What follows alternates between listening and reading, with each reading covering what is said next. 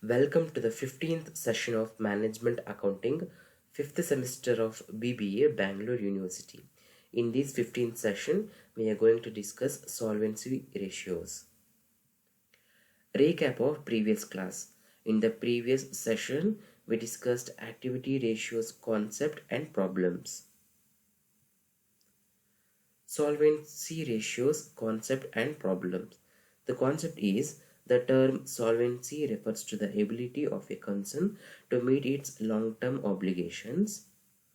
Long-term solvency ratio indicates a firm's ability to meet the fixed interest and cost and repayment schedule associated with long-term borrowings. Solvency ratios include debt to equity ratio, proprietary ratio or equity ratio, solvency ratio, interest coverage ratio, debt to total fund ratio, and capital gearing ratio. For the betterment understand of the problem, let's discuss one problem. The problem is be like balance sheet of RAM Limited as at 31st December 2019 is as follows. So here we have the balance sheet of RAM Limited. On the liability sides, we have equity capital of rupees 2 lakh, 9% preference share capital of rupees 1 lakh, 8% debenture rupees 1 lakh, profit and loss account 40,000 and creditors 90,000. Total liabilities were 5 lakh 30,000.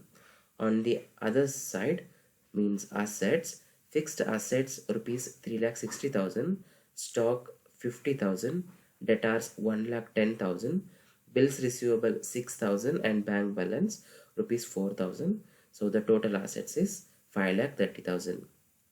We need to find out fixed asset ratio and capital gearing ratio. Solution.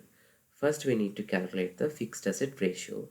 The formula to find out this one is fixed assets after depreciation, means we need to less the depreciation from the fixed assets, then only we considering the fixed assets value.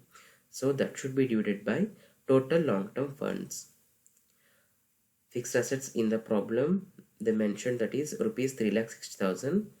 So we have that directly.